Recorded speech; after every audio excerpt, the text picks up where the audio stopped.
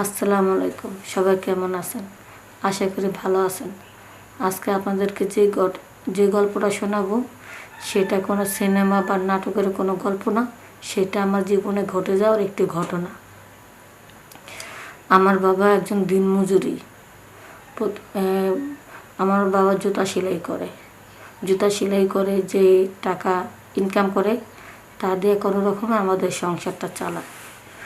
আমরা 3 ভাই বোন, ছোট ছোট 2টা ভাই বোন। একজনের বয়স 3 বছর আর একজনের বয়স 6 বছর। তা আমি স্কুলে যাই, লেখাপড়া শিখি। আমার মা গৃহিণী। আমার বাবা আমাদের সংসারটা চালাইতে আমার বাবার জন্য অনেক কষ্ট হয়ে যায়।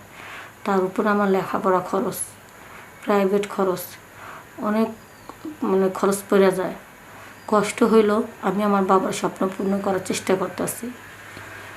কিন্তু সমস্যা হলো, আমি যেই জায়গা দিয়ে স্কুলে যাই, একটা রাস্তার মোড় আছে, 3 রাস্তার মোড়।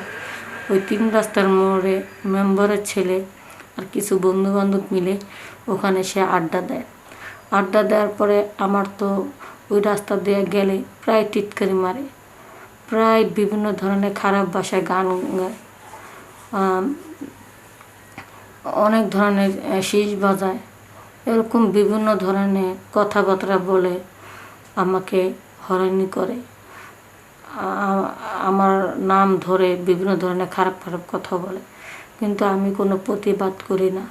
কারণ প্রতিবাদ করি না, ওরা হইল মেম্বারের ছেলে আর কিছু পয়সাওয়ালার পোলা আছে, আমাদের গ্রামে মাতবরের পোলা আছে, ওর সাথে আরও অনেকে জড়িত আছে। কারণ ওদের সাথে আমরা পেরে উঠবো না। আর ওরা চাইতো যে আমি ইচ্ছাকৃতভাবে ওদের সাথে টক্কর দিই। ওরা বাজে বাজে টিটকারি করবে, আর আমি যদি ওদের সাথে টক্কর দিতে পারি তাহলে ওই উসিলায় হয়তো তারা আমার সাথে আরও খারাপ আচরণ করতে পারে। এর জন্য আমি ভয়েতে ওদের সাথে কোনো কথা বলতাম না। ওরা বিভিন্ন প্রেমের অফার, ভালোবাসার অফারও দিত, তাও আমি রাজি হইতাম না। পরে এইভাবে বেশ কিছুদিন কেটে গেল। একদিন পরীক্ষা হবে, আমার বান্ধবীর একটা গাইড আছে। ওকে আমি বললাম যে গাইডটা আমাকে একটু দিবি, আমার তো পরীক্ষা, আমার একটু দে, আমি তো গাইড কিনতে পারতেছি না। পরে আমার বান্ধবী বলল, আচ্ছা ঠিক আছে, তুই গাইড নিতে কালকে আসিস, আজকে যেহেতু আমি পড়বো কালকে তোকে দেব। পরে দিন আমি গাইড নেওয়ার জন্য বিকেলবেলা যাই, 3টার দিকে বাসা থেকে বের হই। পরে ওই রাস্তার মোড়ে ওই মেম্বারের ছেলে আমাকে দেখে বিভিন্ন টিটকারি মেয়েরা গান কয়, শীষ বাজায়। যখন আমি কোনো জব দিই না, যখন একটা বাতাস ছাড়লো, ওই আমার শরীরের বুকের থেকে টান দিয়ে ওড়নাটা নিয়ে আকাশের দিকে উড়ে মারলো।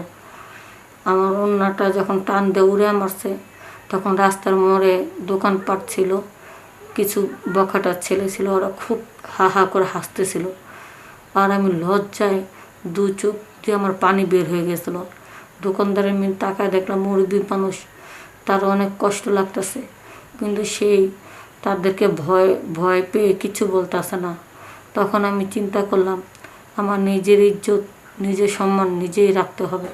পরে আমি ওড়নাটা যখন উঠাইয়া নিয়ে আমার বুকের উপরে দিয়া, তারপরে মেম্বারের ছেলেকে কষিয়ে একটা চোরের থাপ্পড় মারলাম। থাপ্পড় মারার পরে 2টো কথা বললাম যে, তোর বাপ মা কি তোকে ভদ্রতা শিখায় নাই? তুই কি কোনো নারীর পেটের থেকে জন্ম হস নাকা? একটা নারীর পেটের থেকে জন্ম হওয়ার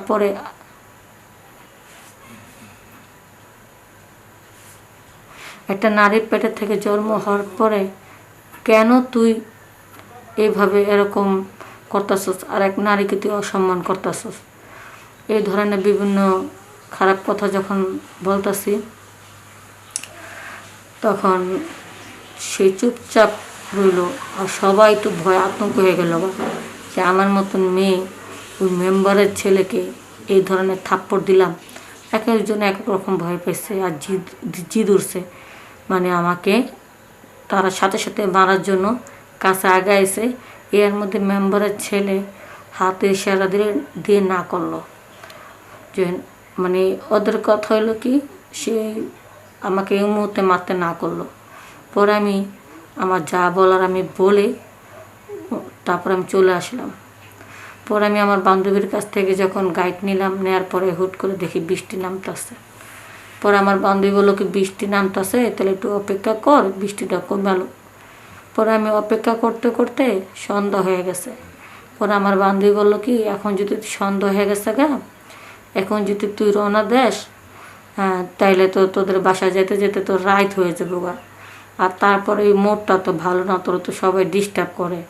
আর তাছাড়া আজকে তো তুই মেম্বারের ছেলের সাথে খারাপ ব্যবহার করছস, তুই তো আমার কাছে সবই কইলি, তাইলে তুই ওদের সাথে তুই ওই রাস্তাতে তো যাইস না।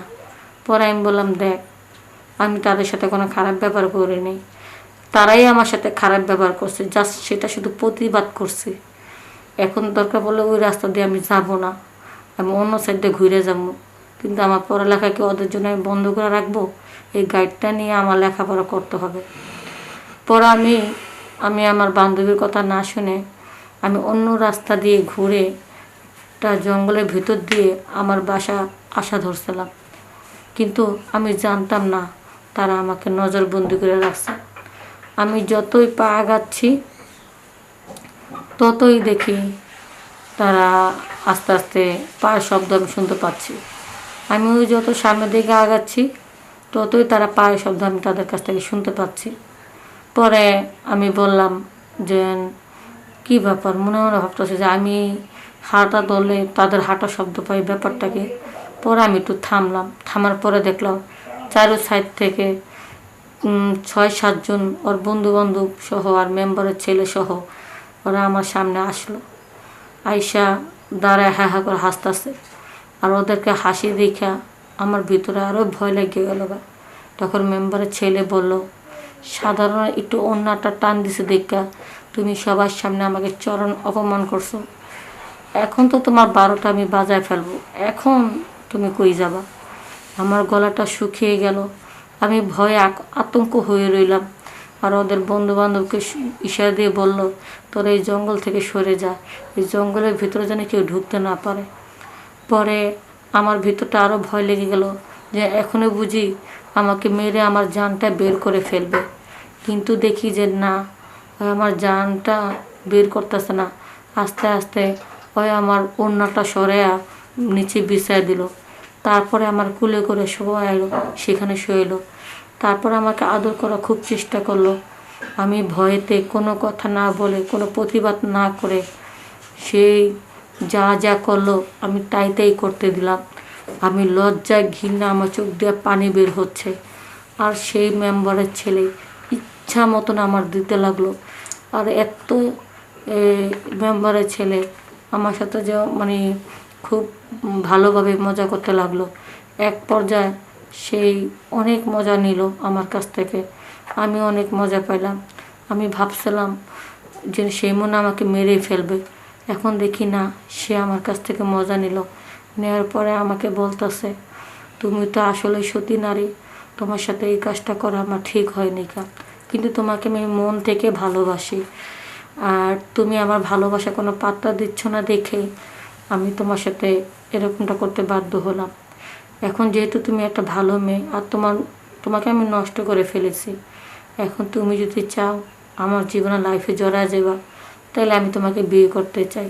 তুমি রাজি আছো কিনা বলো? আর রাজি যদি না থাকো তাহলে তোমার জীবন যে কলঙ্ক দাগ লাগা দিছি, সেই দাগ নিয়ে সারা জীবন তোমার বেঁচে থাকতে হবে। তখন আমি বললাম, আমার জীবনের প্রথম পুরুষ আপনি, আমি কখনো এই কাজটা করিনি। আর আপনি যেহেতু এই কাজটা করেছেন আর আপনি যেহেতু বিয়ে করতে চান, আমি রাজি আছি, কিন্তু আপনি আপনার ফ্যামিলিতে রাজি করান।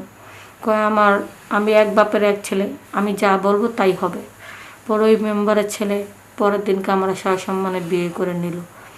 কিন্তু বন্ধুরা, আপনাদের গ্রামে যদি এরকম কিছু বখাটার ছেলে থাকে, তাহলে অবশ্যই আপনারা আশেপাশে মুরব্বি দিয়া গার্জেন দিয়া প্রতিবাদ করুন, ঠিক আছে? কারণ চুপচাপ থাকলে একটা ক্ষতি হয়ে যেতে পারে।